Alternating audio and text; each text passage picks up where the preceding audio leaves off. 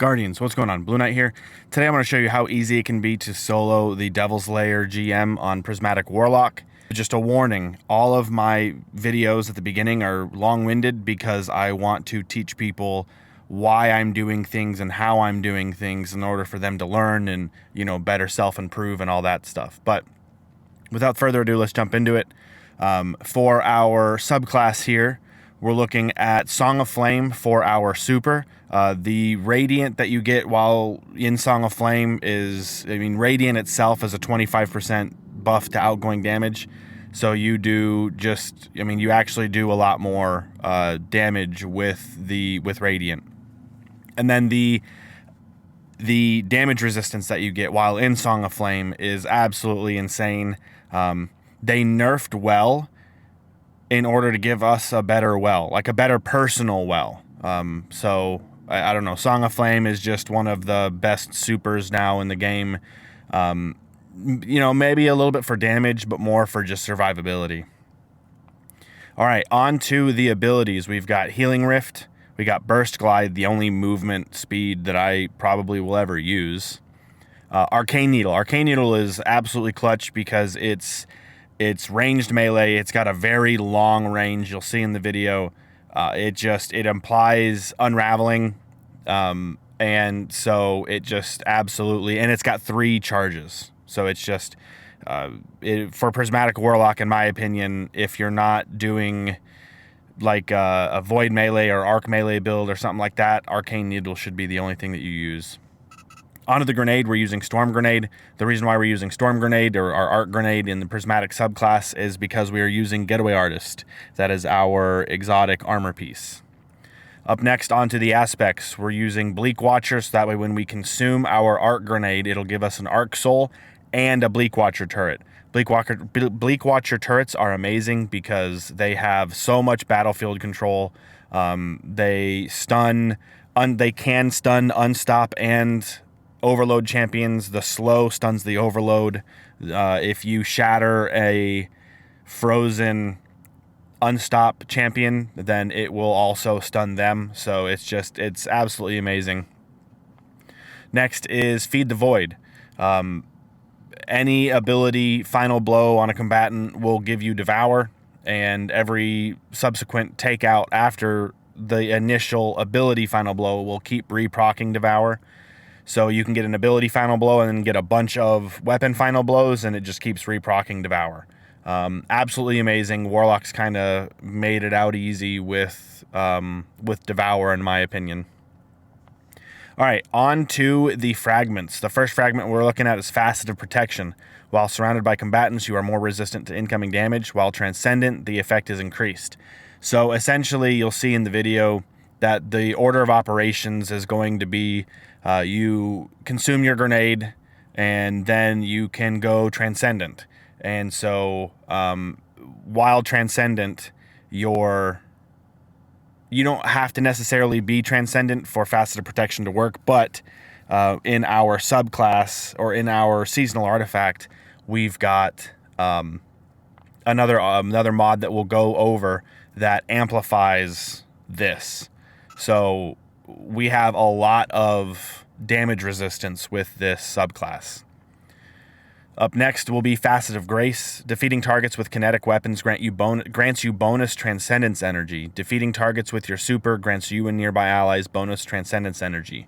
We're not really going to be using our super for damage. We're more just going to be using it for survivability.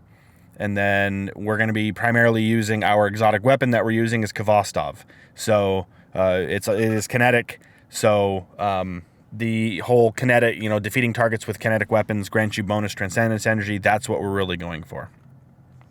On the next one, we got Facet of Solitude. Landing rapid precision hits emits a severing blast from the target, while transcendent, the severing blast is bigger. So sever just minimizes or lowers the amount of damage output that the combatant is doing. So we have a lot of damage resistance with our super, with Faceted Protection. We've just got, and then in our subclass, or I'm sorry, in our seasonal artifact, we're going to have another one that we'll go over, and it's just things will be doing less damage to us and we will be taking less damage. So, I mean, it just makes this GM super effortless. On to the next one, we've got Facet of Dawn. So powered melee hits against targets makes you radiant. That's pretty much where it ends for us. The rest of it says powered melee final blows make you and nearby allies radiant. We're making ourselves radiant with just hits. It doesn't have to be a final blow. Final blows really only come into play whenever we're playing with other people. But because we're doing this solo, we just care about making ourselves radiant. Again, radiant is a 25% buff to outgoing damage from, I believe, weapons and abilities. Let me know in the comments below if that's correct or not, but I know for a fact it works with weapons.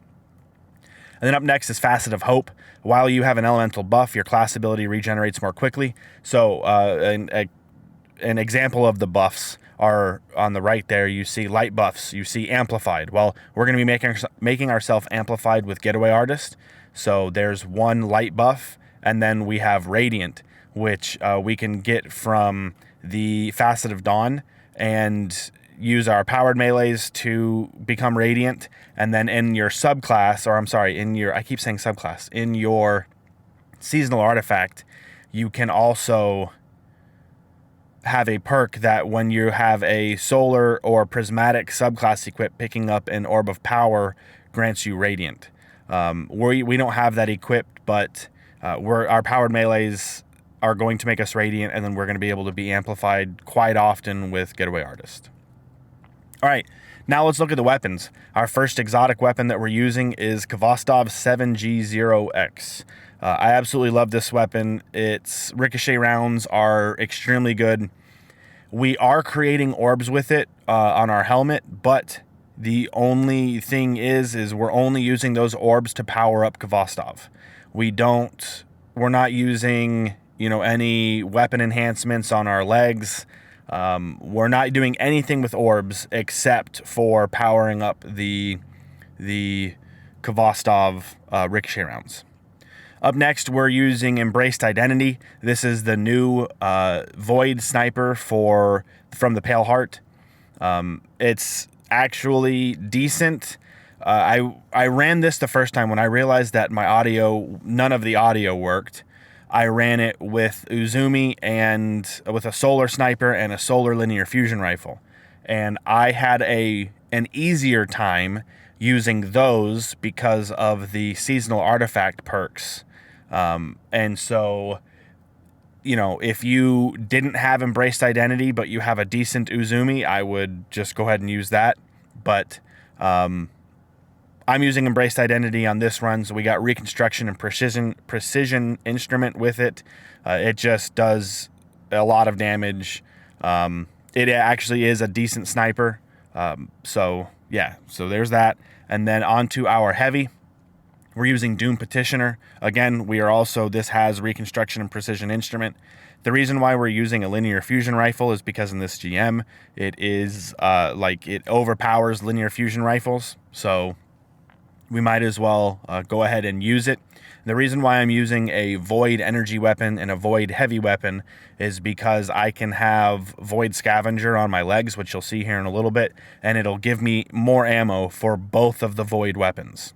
So instead of having, that's just something that I like doing, instead of having a solar for the sniper and then a Void for the heavy, I just go ahead and have both Void, so I'd only have to have one Scavenger mod.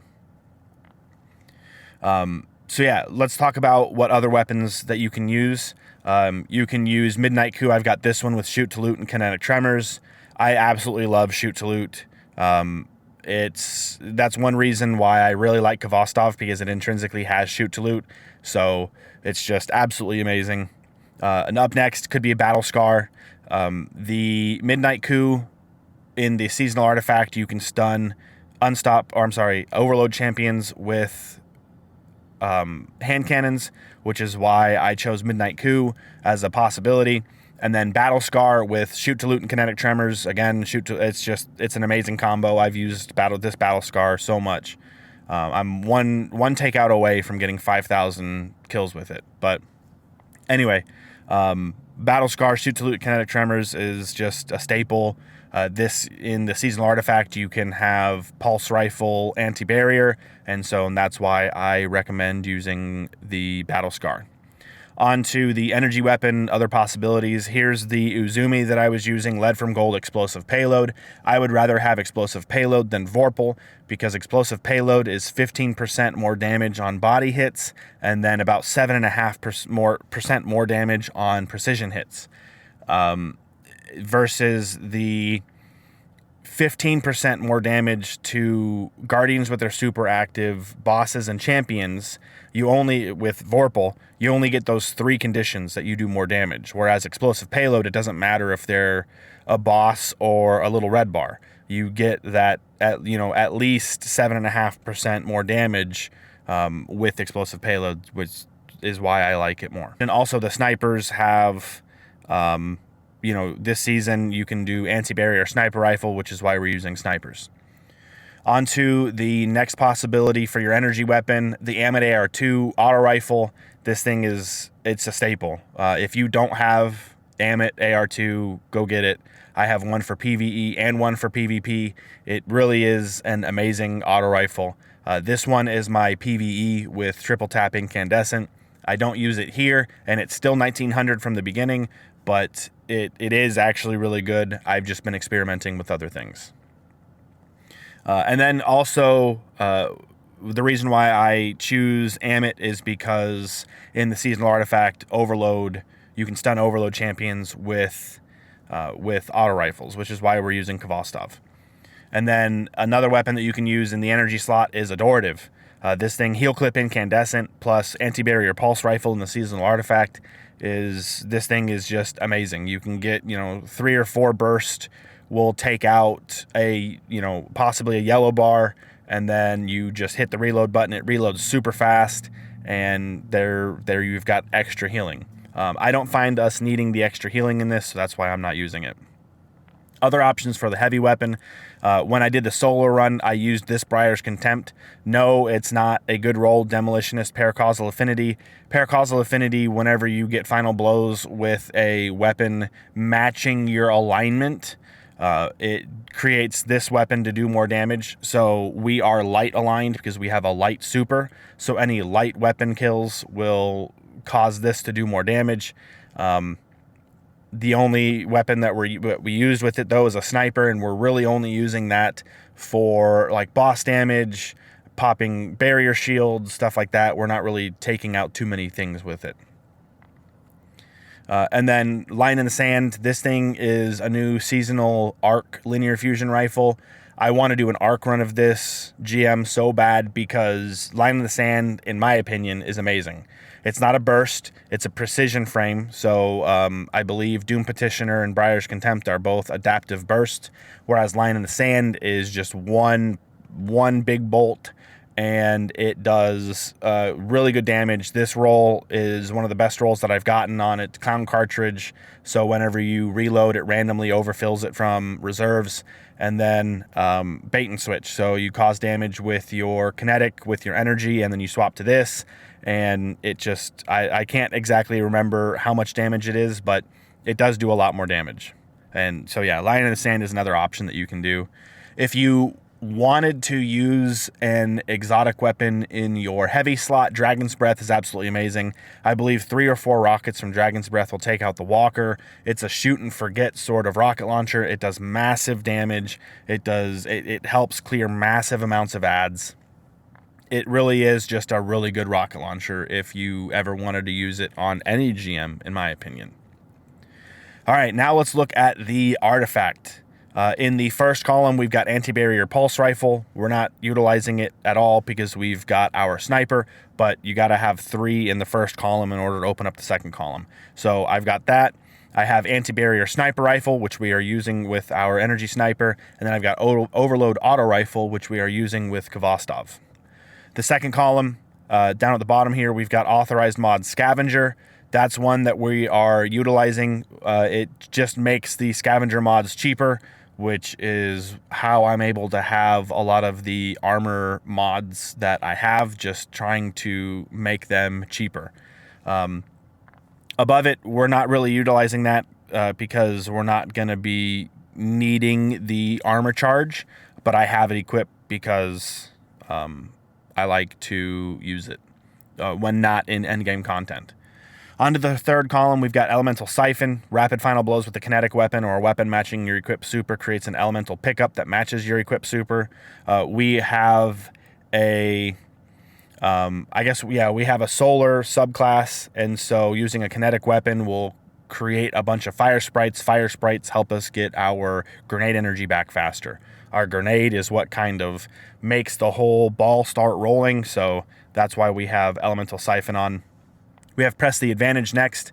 This one is situational because it really only deals with things that have shields, but there are a few combatants that have arc shields, and then the final boss, the 4 servitors that pop up around it shielding it all have void shields. So this is not bad. Press the Advantage. Breaking combatant's shield grants increased weapon stability, handling, and reload speed. That's what we're using it for. It also says swords gain increased guard resistance. Even when I'm using a sword, I don't block, so I just don't use this. Up next, we have Sustained Fire. So continuously damaging combatants with an auto rifle grants you damage resistance. Again, this is even more damage resistance. We're using an auto rifle, Kvostov, so as we hold down the trigger, it's just going to give us more damage resistance. Onto the fourth column up at the top here, we've got Counter Energy. It's great because whenever you or a member of your fire team stuns a champion, you gain energy for your least charged ability. For us, a lot of the times that's going to be our grenade. Our grenade can also stun champions, so when we cast our grenade and a Bleak Watcher pops out, we get counter energy because it will stun the champion, and thus our least charge ability is going to be our grenade at that point, more than likely. So that's why it's just a no-brainer, in my opinion. You got to have this if you're running the Getaway Artist build in endgame content. On to the next one, we've got Galvanic Armor. This is the mod that I was talking to you about in the subclass that is going to give us a heck of a lot more damage resistance. So it says, while you have an Arc or Prismatic subclass equipped, incoming damage from combatants is reduced while amplified. Well, we can become amplified almost on cooldown with Getaway Artist. So it's just absolutely amazing. If you're using Getaway Artist, you have to use Galvanic Armor in any situation, endgame or non-endgame, because it just provides so much damage resistance. And it stacks with all the other damage resistance, like the auto rifle damage resistance and our super damage resistance, and the being surrounded by combatants damage resistance. It does a lot for you. Onto the fifth column, we've got Shield Crush. While you have Woven Mail, Frost Armor, or Void Overshield, your melee recharges faster. We're not doing anything with that. But while you are Amplified or Radiant, your grenade recharges faster. We are going to become Radiant with melee, with powered melees, and then we are going to become Amplified by consuming our Arc Grenade with our Getaway Artist. So this is, again, a no-brainer. If you're using Getaway Artist, I 100% would run Shield Crush in any situation, endgame or not. And then Sniper Meditation, because we are using a sniper. Sniper Rifle hits grant stacking sniper rifle damage, stability, and reload bonus for a short time. And then it goes on to say heavy ammo sniper rifle hits count as more than one. We're not using a heavy ammo sniper. We're using energy ammo sniper, so that doesn't apply to us. But every subsequent hit is going to do more damage. That on top of Precision Instrument is just going to be a lot more damage. If you wanted to use the Solar Sniper, I would highly recommend using Incendiary Rifle rounds. So Solar Sniper Rifle precision hits scorch targets. Within 4 to 6 precision shots with the Uzumi, I was able to get an ignition off. So it's absolutely amazing for your solar snipers. And then if you really wanted to, if you were not running a sniper, I would put Transference on, so you gain increased grenade and melee damage while Transcendent. We're going to be becoming Transcendent so much, especially at the final boss because of Kvostov. So this is a great thing to have. Weapon Final Blows while Transcendent will refund light and dark energy after Transcendence ends. It's just, if you want maximum uptime on Transcendence, this is a mod that you would like to have. All right, so let's go look at the armor mods. First off, I would get your resilience up to 100. That is the most important thing in every single build, in my opinion. You gotta have 100 resilience, because that 30% damage reduction is going to save you more times than not. I then have a tier 9 discipline. I believe that's high enough. I could, maybe take a little bit out of recovery and put it into it, but we get our grenade back fast enough anyway that I don't really need it. And then we have a tier 7 recovery, which we cover 23% of our lost health. So like the recovery rate is 23%. So I would say it's 23% per tick, I believe. Again, let me know in the comments if I'm wrong on that. I want to be corrected if I need to be. All right, on to the helmet. We're using heavy ammo finder, so that way primary ammo weapons, especially exotic, final blows help you find ammo more quickly. We're using an exotic primary weapon, Kvostov, so there's not going to be much shortage of ammo in this other than in the large open area with the walker. It's not even really a shortage then. You just have to be smart finding it.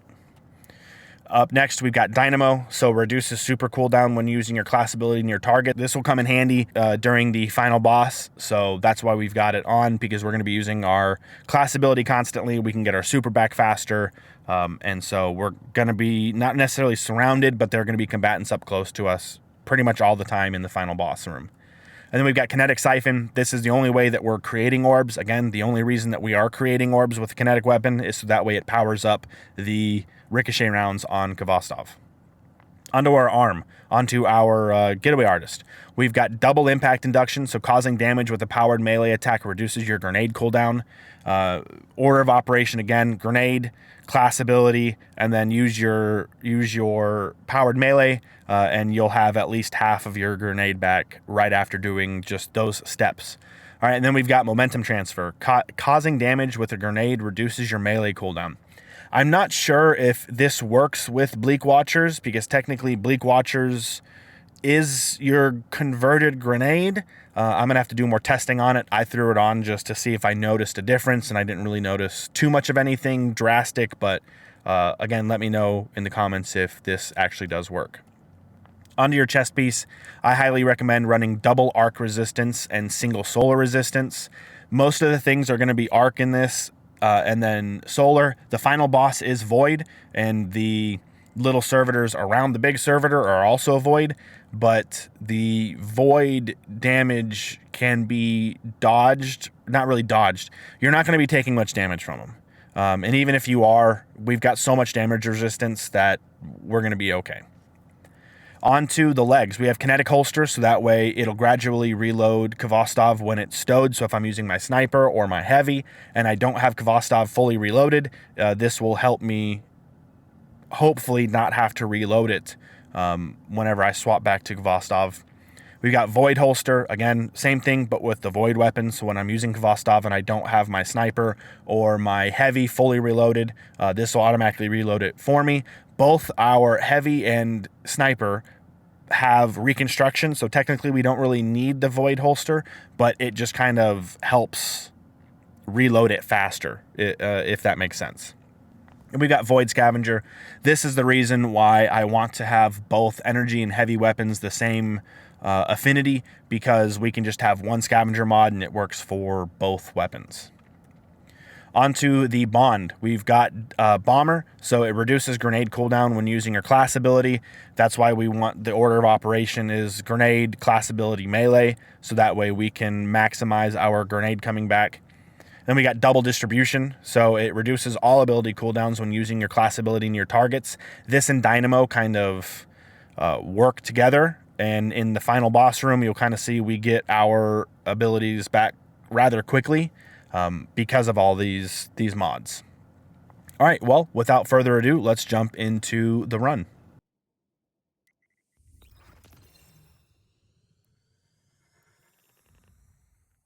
Okay, so I'm recording the voiceover one more time. We're still in the car.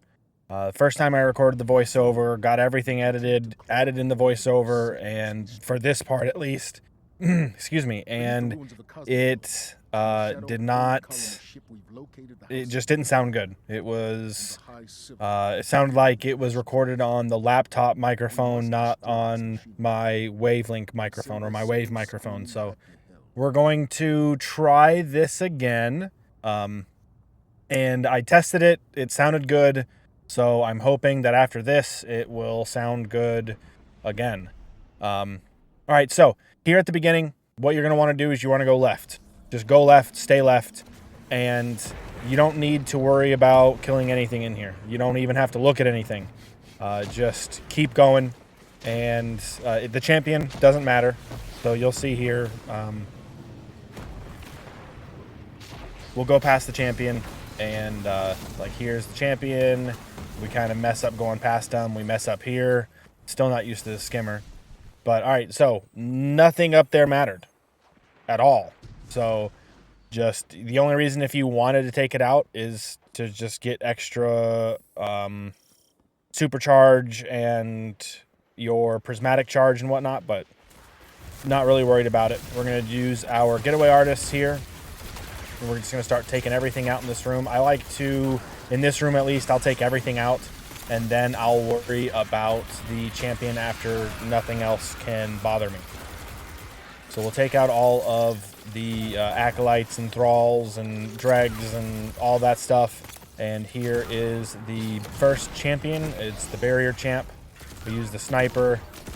I had a lot more, maybe not necessarily damage, but the time to kill on Uzumi is better than on the sniper that we're using now. So, you know, but we do end up getting it done.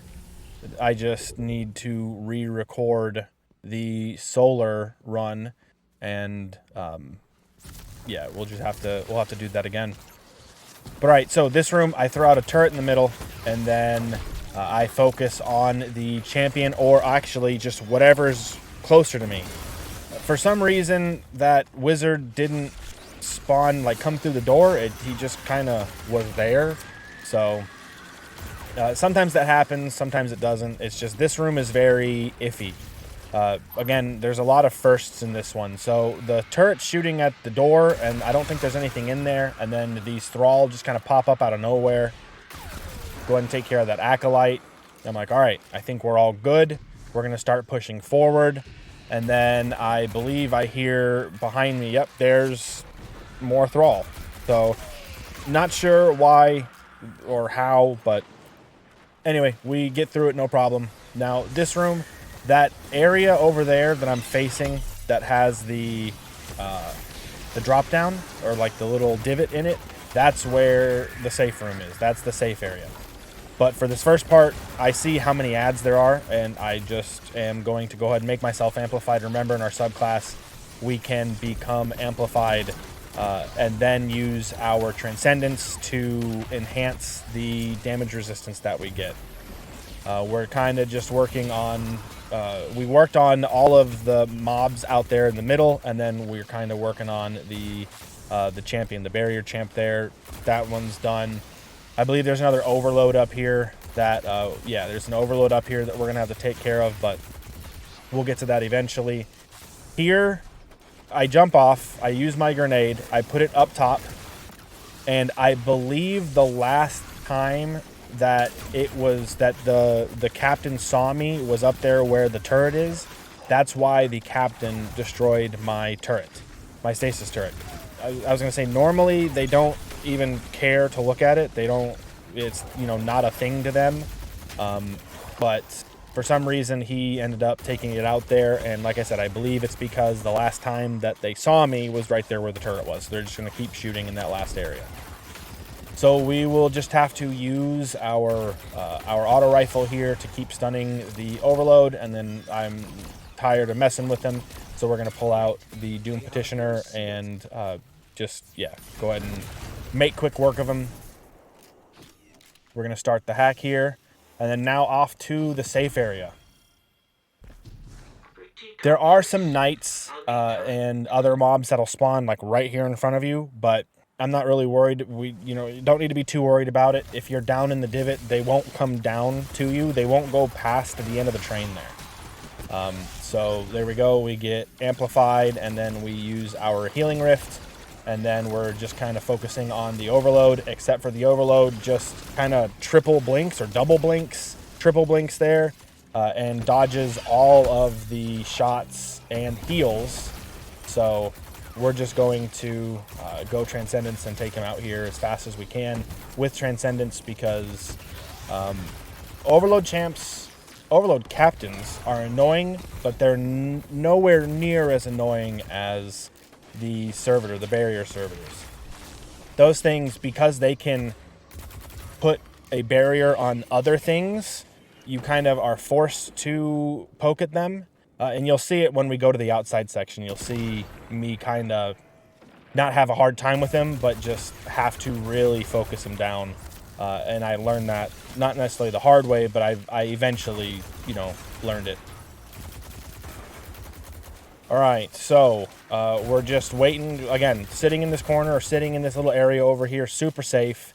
You're not going to win any, speed run records or anything like that doing it like this, but it's all about the completion, not about, how long it takes. I've completed the dungeon solo now twice, and both times it took me about 38 minutes. So it's not a hard dungeon. It's not a hard GM to do. It's just, it takes just some getting used to and some patience on some parts. So this one, I guess we have to, everything has to be taken out in, not in order, but everything has to be taken out in order for the door to open, or for those laser gates to progress through all 3 stages. So you're hearing a little bit when I take out the captain here, then one of the sets of doors are going to open, and then now we're just running back. So I heard the door opening, and then I didn't see anything coming, so I ran back out here, and immediately, right as soon as I got shot in the back by the thrall, or hit in the back by the thrall, I just decided to back all the way up. The wizard smoked off the entire front area there, so I can't really see too much. I'm really just shooting at, right below name bars and stuff now. I see the wizard over there on the left, and we're just kind of taking him out there. If I saved that grenade for these guys, it would have been a lot easier.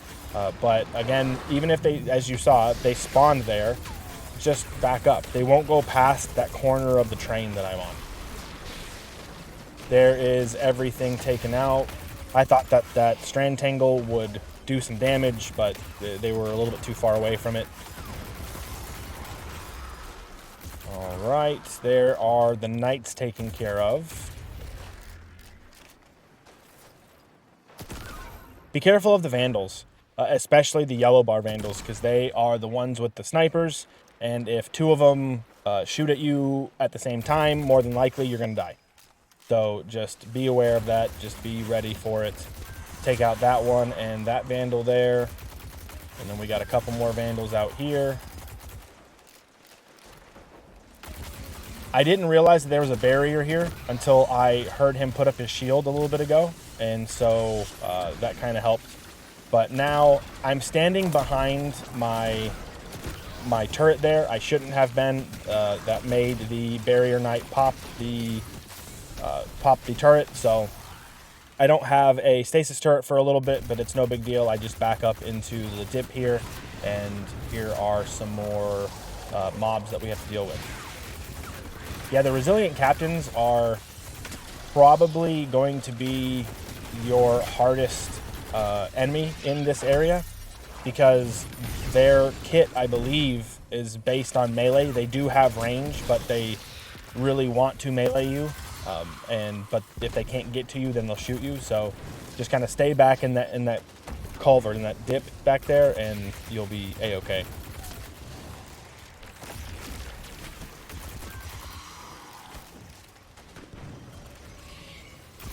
All right, there we go. I see that there are more shanks coming out. There are quite a few explosive shanks too, but ricochet rounds is just taking care of everything. I thought there was going to be a tangle there to do some AoE damage, but unfortunately there wasn't a tangle. It's up in the air, so I just kind of, I shoot it now when I don't need to. I didn't see it before. All right, we've got a lot more mobs coming out, so we'll put down another turret, make ourselves amplified. We have an overload captain there, and luckily he is still slowed, but I believe, yeah. So the turret kind of is going to focus on other things. Once it freezes a target, it swaps to the next target, and then it freezes that, and it'll swap back. It'll swap to something else. It focuses on something until it's frozen. Well, it froze the overload captain, and then it chose something else to shoot, and then the captain healed because I wasn't diligent enough to keep a stun on him. So, not really the turret's fault. It's more so, you know, my fault. But we're out of energy ammo now, but no big deal. We've got plenty on the ground. I could shoot to loot it real quick, but I'm going to wait. I'm going to try and take out this overload, keep both the turret and my auto rifle stun on him, so that way he has 0 chance of regaining any health. Thought I could shoot those grenades in the air. Turns out you can't. Lesson learned. Vandal, let's start picking up ammo here. Shoot to loot I love because whenever you pick up ammo, it reloads all of your weapons. So not only your equipped weapon, but also the weapons that are stowed. I'm waiting to see if I could hear anything. Didn't hear anything, so I was like, all right, I believe we're done now. Don't need any more energy ammo. I strongly dislike being slowed in this game, so those slowing grenades are probably one of the more annoying grenades that you ever come across. This flooded room here, slice the pie, so you'll kind of come in. There'll be 3 on the right side of the room there. We'll take those out. And then keep going, and there'll be 3 more above the stairs or near the stairs. They might be above them or below them. But there is that. I realize I don't need the heavy ammo. We're going to jump over here, put our stasis turret down. I should have put it over to the right more. Hindsight's 20/20. But because the captain kind of did his little TP swirly thing over to the left and is now not in LOS of my stasis turret. So we just kind of have to keep using our Arc Soul and our auto rifle to just keep burning them down.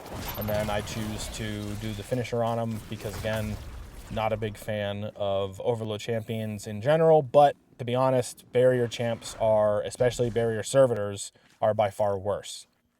This large outside area, take out as many things as you can and then focus on snipers. I had to reload there. And then I went to go back out and everything was shielded. This is the reason why the barrier champs in this GM are going to be the hardest thing that you have to face. The overload champs are annoying, but they can't shield other things like the barrier champs. So there we go. He's going to come back out. Hopefully I'll get a couple shots on him. And I think, all right, he's going to shield.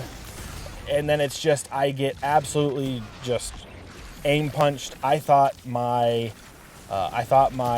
turret would go through the window. It did not. I also thought that I would be able to do more damage to this guy with the sniper. I was not.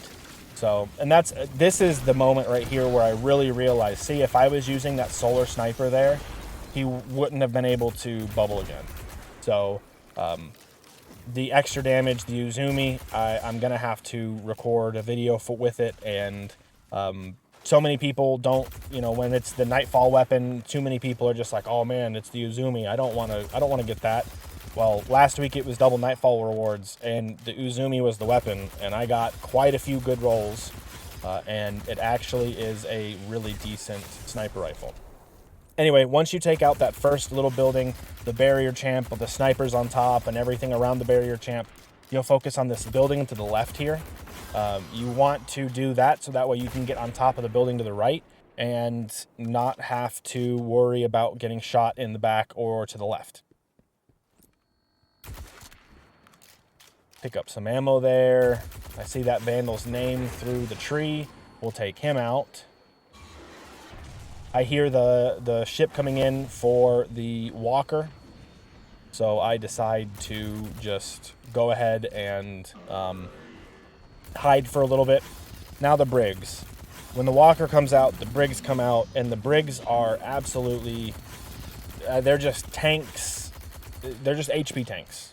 Like they're for, in my opinion, for no reason should they be this tanky, or they should at least be able to have a weakness. They do have a weakness. Their crit spot pops up whenever you take the faceplate off, but I just don't. I don't know. It takes a lot of damage for the crit spot to open up. Now what I'm doing, just a little bit ago, I was trying to at least weaken all of the snipers in the back. They cannot see you at this building, but I'm not going to stay back at this building forever.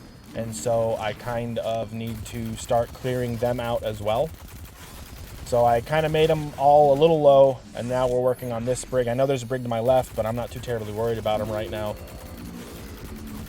Where I am, the Brig to the left cannot shoot me, and where I am, the Walker cannot shoot me. So it's just right now, like I said, I'm focusing on the Brig, trying to get it to pop its faceplate off so that way I can start doing more damage to it. Inevitably, what I end up doing, though, with this Brig is after I make the faceplate pop off like this, they'll do an animation, and then the Brigs get mad, and they go up in the air, and they start shooting these really damaging solar shots. You don't want to get caught by that secondary explosion. The initial impact does quite a bit of damage, but that secondary explosion does even more damage. If you get caught by both, you will die. So just be diligent, remember that they have those attacks. Letting the guy on the, I'm letting the Brig on the right cool down a little bit, and so I'm going to start working on the Brig on the left. Same thing, keep your distance. I'm going to proc Unravel on him with my ranged melee, with my strand melee, and that's just more damage.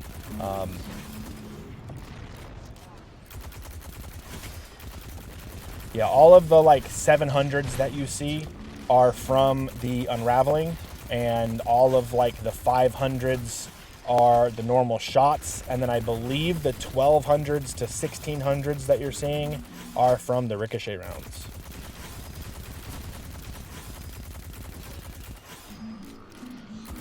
Just keep on doing damage here. It's not the most exciting stuff, but hey, it's got to get done. You don't have to take out the Brigs. Honestly, you can just take out the Walker, take out the champions and leave, but you're going to have these things breathing down your neck the entire time. It's just easier to go ahead and take them out here. Take out the heavy, take out Doom Petitioner, and we're just going to burn him down. I tried to reload there, realized that I didn't have to. There's no ammo. I was looking for special ammo. There was none there. Now I saw the Brig on the right, and they are going up in the air again. So I kind of spent a little bit too much time on the Brig to the left, and now this guy's angry again. So I'm just going to sit here and wait for all of these attacks to be done. I believe that's the third one. Then we got a fourth, and a fifth, and a sixth. There we go. So about 6 attacks later, now we're able to lay into him with Doom Petitioner. The dodges that they do are really only effective against like rockets and whatnot. Take out that thing. All right, now we're going to put some damage in on the Walker. I thought, so with the Uzumi, I would only have to do 5 to 6 shots per leg in order to get the armor off. And you see there, just shooting one leg and then getting the armor off almost does a third of the HP. With the sniper that I'm using, though, it takes like 6 to 8 shots to take the, or 7 to 9 shots to take the armor off. So the Uzumi does hit a little bit harder. They're both the same frame, I believe. So not quite sure what's going on there. I know perks are different, explosive payload versus precision instrument, but the legs are precision shots. Luckily, that guy dropped some energy ammo. We got exactly 12 rounds, so we're going to go ahead and go back up here and start working on the other leg. 4, 5, 6, 7. Was it 7 rounds? Yeah. Okay, so anywhere from 5 to 6 rounds with the Uzumi, and then I believe 7 rounds with the with the currently equipped sniper. It's not horrible. It's definitely doable. This is one of the only GMs that I can think of at the moment that would, snipers and stuff like that are pretty relevant. So here at this part, I'm like, all right, there's a barrier and there's a lot of stuff down there. What am I going to do? All right, I need to go down there and take those guys out. I'm thinking that, but I'm like, all right, let me get some ammo first. I need to get some energy ammo so that way I can kind of shoot the walker a little bit more. The guy dropped some energy ammo, but I'm having a hard time finding it through the tree. There we go. We were able to grab it. Didn't see any other ammo, and I'm waiting for the walker to see me. I was hoping he didn't see me with that shot, but of course he starts taking damage and he knows exactly where it's from. So now we're going back over to the other side. I don't like how the walker turns with you because it makes it hard to shoot the legs. Be careful of the walker's solar damage attack like that. You can hear it. There's that alarm. Wah. Just move. Just don't give it any value. Just get out of the way. All right, so here is where I'm like, all right, barrier champ down there. We're going to go for him. And then again, this is my second time soloing the GM, and the first time and this time, I completely forgot that this Overload champion is down there. So we're kind of just, I'm trying not to use many of my abilities. I did use one there, but I'm trying not to use too many to get too many kills, so that way I can go ahead and throw that last grenade and then use my stasis turret to help me keep the stun on the Overload champion. I also like how the turret, the stasis turret, will also shoot at invisible targets, or quote-unquote invisible targets. It kind of makes them a little less of a liability, which I really like. All right, got ammo for both weapons there, but only needed it for my heavy, which you'll see here in a little bit. We're going to take out. I was like, all right, there's more ammo there. We do need to start taking out these snipers so that way I can move a little bit more freely. So I go ahead and take a few shots at them, and then I end up picking up the ammo.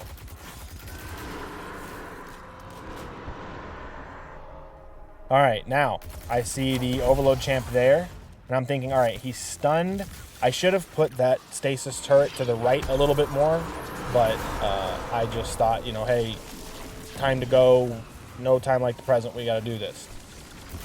I'm focusing on the Overload captain because I don't know why. I really should be working on the barrier champ, and you'll see why here in a little bit, because I get the Overload captain extremely low, and then the barrier champ puts a shield on him right there, and now they're both just able to fully heal because of the barrier servitor.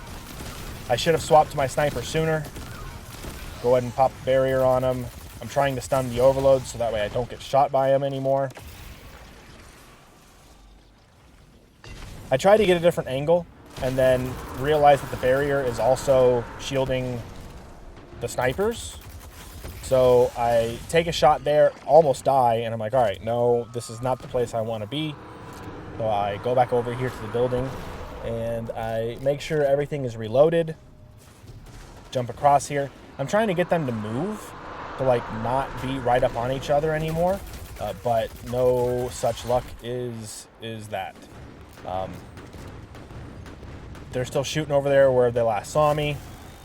Go ahead and pop my turret over here, try to get some attention over there, which didn't happen, but it's no big deal because we can get I thought that I should have just stayed there and kept shooting at the walker leg.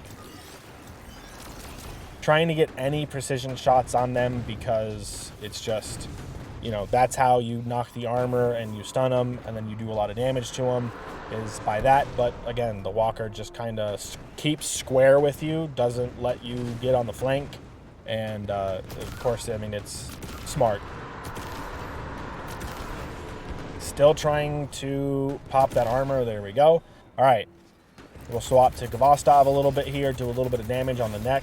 I believe that's like 900 per shot, and then it's 1100, and the 1400 you're seeing, I believe, are the ricochet rounds. Trying to shoot like that knee of that back leg, and then we're just trying to hit it right above the head and the neck. There we go. All right, Walker's taken out. Now we've got like 3 champs to worry about. We have the 2 overloads and a barrier. Now, the overload or the barrier, luckily, after the walker is taken out, the barrier will go up top. The barrier will go up there where the walker was. So I kind of have the overload down here alone. There we go. We'll get a stun on him. We'll get all the damage on him. And we will just be able to take him out relatively quickly.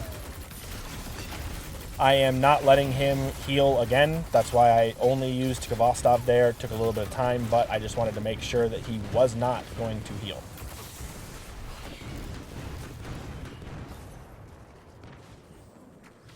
All right, there's the ship. Be careful of the shots. I kind of decide to hide underneath the building here for a little bit.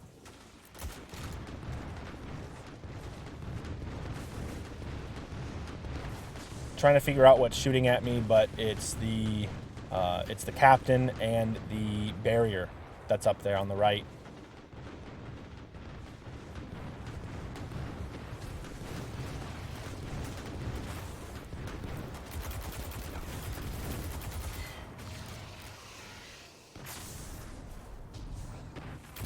All right, so we come back up here to this other position. The reason why I come up here is to take out that captain. That Dreg is 1 HP, and you'll see him again here in a little bit with the sniper. I choose not to shoot him with the sniper, though, because it would just be a waste of a shot. Go ahead and grab that ammo. There's the barrier. We're going to get some damage in on him. When I did this on my solo run, they moved over to the right. So I did a bunch of damage to him, and then he TP'd in that room to the right there and fully healed. So unfortunately, he doesn't do that here. And like I said, I'm going to have to redo a solar run. One thing I might do from now on is do like a full void build, full solar build. We'll see. There's that Dreg again, 1 HP. Go ahead and take him out. I still need to grind to get a bunch of weapons. I really want a good like shoot to loot kinetic tremor breakneck, but that requires me to play Gambit, and it is not the most fun of game modes, but I need to do it. All right, so here we're going to move up to the right. I should have put the turret forward a little bit more to deal with the champion around the right corner, and then that champion on the other side of the open area there. I see that this captain is frozen, so I start shooting at him, and then he unfreezes and goes to the left. This turret isn't really getting a lot of value. I'm trying to pick up ammo there. Now he's getting some value on the captain there, but he gets taken out. We're not quite to our grenade yet. We got it there. You saw how fast we got it with using our abilities. And that's why I want to have the build the way that I have it. There we go. And one more shot. He's almost there. He TPs, ends up almost healing half of his health. He at least heals a third of his health. So good on him for doing that, but we're just going to keep on shooting at him. I know that the turret's not looking at him. It's because there's more threats closer to the right. Plus, I'm pretty sure that he's out of the turret's range anyway. There is the other champion. I should have saved Transcendence. Of course, hindsight's 2020. Going into the boss room is really when you want to use Transcendence because there's 2 overload captains in there. Instead, I'm using Transcendence just for that 1 overload captain and then some little red bars around him, but wasn't worth it. I should have waited, but I'll have my grenade. I'll have my healing rift. And we don't have any real issues with it.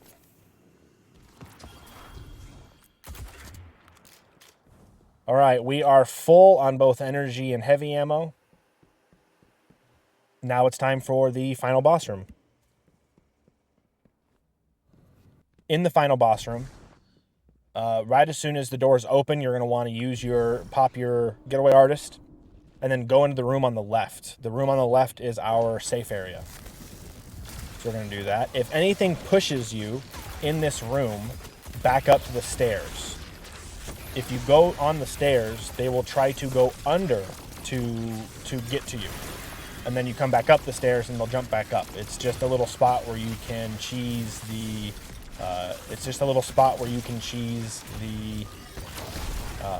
AI in Destiny.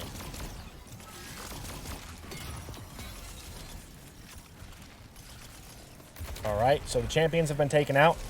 Now we're getting ready for boss damage.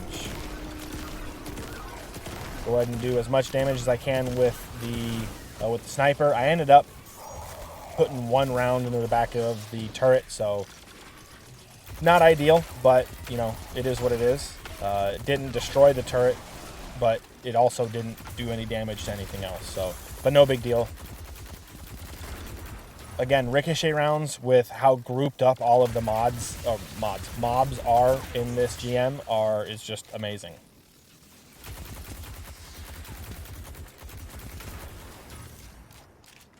Usually you want to put your stasis turret out here where I'm standing, so that way it can get people that come down the hallway to the left that might go up the stairs right there where I'm looking, like that guy, that Dreg, and then also can shoot at some of the people across the way, also doing damage to the boss.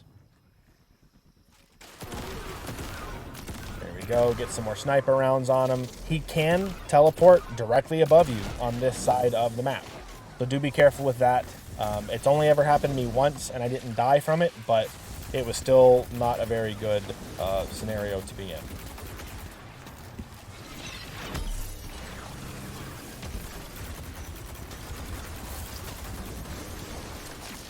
One thing that you can do too is your arcane needle does quite a bit of damage to shields.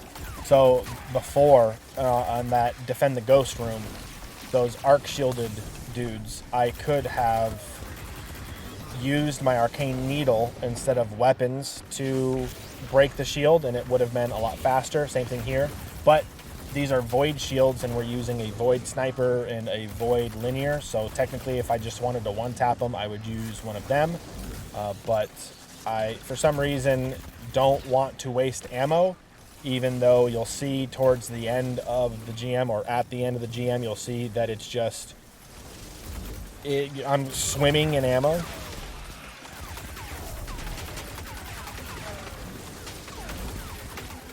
This servitor over here on the left will keep TPing and keep moving and stuff. He'll get stunned, fall, and then TP right back up to where he was, or go right back up to where he was. So that one over there might be a little bugged, but you know, it just makes them taken out. It just makes taking them out that much easier.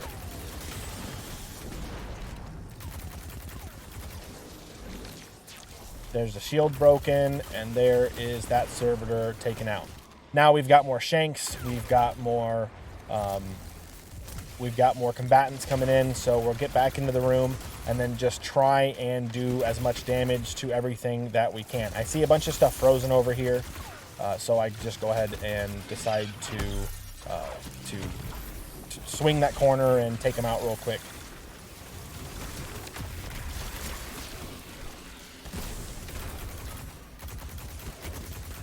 Get him gone through the stairs there. I'm just trying to take out as many things around me so that way I can reliably do damage to the boss. But I haven't used my super but maybe once in this GM, and you can get it back really fast. So one thing that I'm going to do when I do my solar run through of this is just try to be more proactive with the super, honestly. Like here, I should be using my heavy instead of my sniper. It just would make so much more sense. I would be doing so much more damage and it wouldn't take nearly as much time. So hindsight's 2020, and all we can do is improve.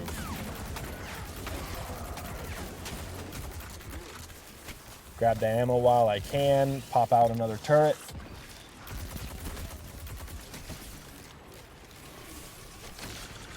See, so one arcane needle isn't quite enough to completely pop one of those barriers, but it does do more than shooting it with the wrong affinity or subclass weapon.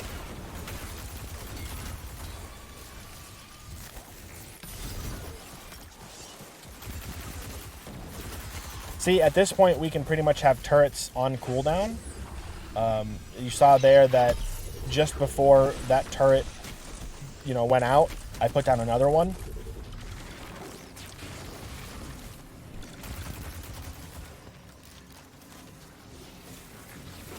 All right, a grenade for the boss. And then we lay into him until he is no longer damageable. I kind of overstay my welcome out there in the middle, and the boss lands a few shots on me. Meanwhile, all the things on the right that I haven't taken out yet also pop shots at me. Here is my super, and for some reason, okay, so if that Dreg or Vandal in front of me didn't pop out and my turret lock onto him, I feel like I would have had a lot easier of a time taking out that Overload Captain. Same thing with this guy. There are just more imminent threats than what's on the Overload Captain's too far away from me. So here he TP's closer to me, thankfully. And you see how fast there we got Transcendence just by doing damage with kinetic weapons. Not really takedowns, but just doing damage gives us so much light and dark Transcendence energy.